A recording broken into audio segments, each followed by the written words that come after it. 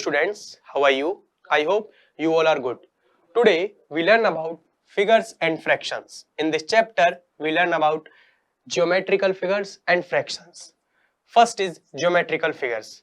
Here are some figures. देखिए ये triangle है. ट्राइंगल यानी कि जिसमें 3 साइड्स होती हैं, यानी कि 3 लाइंस होती हैं. 1 2 3 1 2 3 1 2 3 1 2 3. ठीक है. A figure having 3 sides is known as triangle. ठीक है. ट्राइंगल कौन होगा? जिसमें 3 साइड्स होंगी. अब आती है बारी स्क्वायर की. ये स्क्वायर है. A figure which has 4 equal sides and an equal distance between the opposite sides of it is called a square. Square जो होता है उसकी 4 साइड्स होंगी सबसे पहले, और वो चारों साइड्स जो होंगी वो इक्वल होंगी. ठीक. अब हम देखते हैं रेक्टेंगल. रेक्टेंगल क्या होता है? Figure of which 2 facing sides are longer and equal and other 2 facing sides are shorter and equal is called rectangle.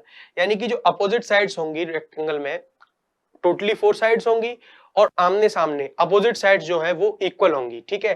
जैसे कि ये तो स्क्वायर है, ये तो स्क्वायर है. कब? जब ये साइड ये साइड ये साइड ये साइड इक्वल है. और ये जो आएगा वो होगा रेक्टेंगल. कब? जब ये दोनों साइड्स इक्वल हों और ये दोनों साइड्स इक्वल हों, यानी कि ये अपोजिट साइड्स इक्वल हैं और ये अपोजिट साइड्स इक्वल हैं. ठीक है. Circle. The figure which is fully round in shape known as circle. अगर राउंड शेप में हमें कोई शेप मिलती है तो वो क्या कहलाएगी? सर्कल कहलाएगी. अब हम देखते हैं exercise number 1. Identify the name of the following figures. अब हमें कुछ फिगर्स दी हुई है, इनका हमें पता लगाना है. जैसे कि ये है, ये एक स्क्वायर रेक्टेंगल हो जाएगा, ये रेक्टेंगल हो जाएगा, ये ट्राइंगल हो जाएगा, ये सर्कल है, ये स्क्वायर है. ठीक है. तो इस तरह से आप फिगर्स का पता लगा सकते हो कि कौन सी फिगर स्क्वायर है, कौन सी सर्कल है, कौन सी ट्राइंगल है. ठीक है. तो अब हम बढ़ते हैं नेक्स्ट एक्सरसाइज पर, नेक्स्ट टॉपिक पर. The name of next topic is fraction.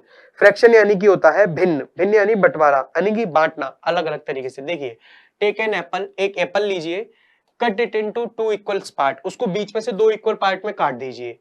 Each part is known as a half. अब जो कटे हुए पार्ट है ना वो आधे आधे कहलाएंगे. यानी कि एक एप्पल लिया, उसको बीच में से काटा तो आधा पार्ट ये होगा, आधा पार्ट ये होगा. ठीक.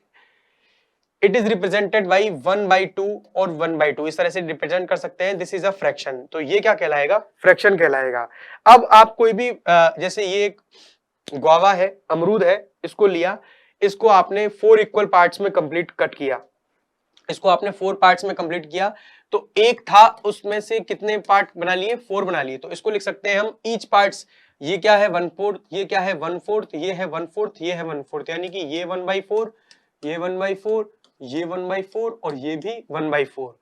It's each part is known as 1/4. ठीक है. इसको हम क्या कहते हैं? 1/4 कहते हैं. एंड इज रिप्रेजेंटेड एज 1/4 और 1/4 इज आल्सो ए फ्रैक्शन. ये भी क्या है? फ्रैक्शन होता है.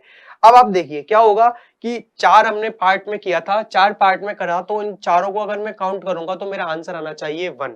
काउंट कीजिए आप इनको. देखिए 1/4 प्लस 1/4 प्लस 1/4 प्लस 1/4, इनको आप करोगे तो आंसर क्या आएगा? 1 आएगा. ठीक है.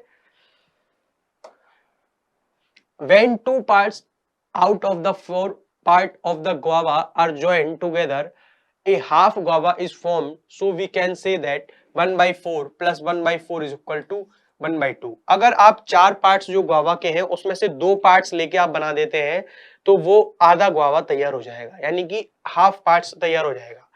If we give 3 equal parts out of 4 parts of guava to Ramesh and remaining 1 part of guava to Suresh, then the share will be. Ramesh को कितना मिला? रमेश को मिला 4 में से 3. 4 में से 3 पार्ट रमेश को मिले. और सुरेश को कितना मिला? 4 में से 1 पार्ट सुरेश को मिले. ठीक है.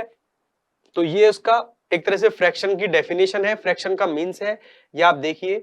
अब देखिए, right the shaded region in terms of fraction. अब देखिए ये पूरा एक सर्किल है, इसको कितने पार्ट्स में डिवाइड किया? 2 पार्ट्स में डिवाइड किया. ठीक है. और शेडेड पार्ट कितना है? ये शेडेड पार्ट है. ठीक है.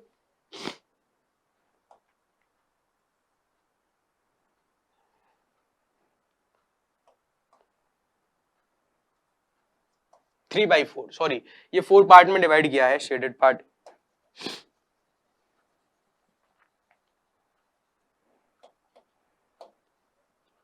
देखिए ये सर्कल है, इसको 4 पार्ट में डिवाइड कर दिया है इस तरह से. और ये पार्ट भी शेडेड है, ये पार्ट भी शेडेड है, ये पार्ट भी शेडेड है. टोटल कितने पार्ट में डिवाइड किया था? 4.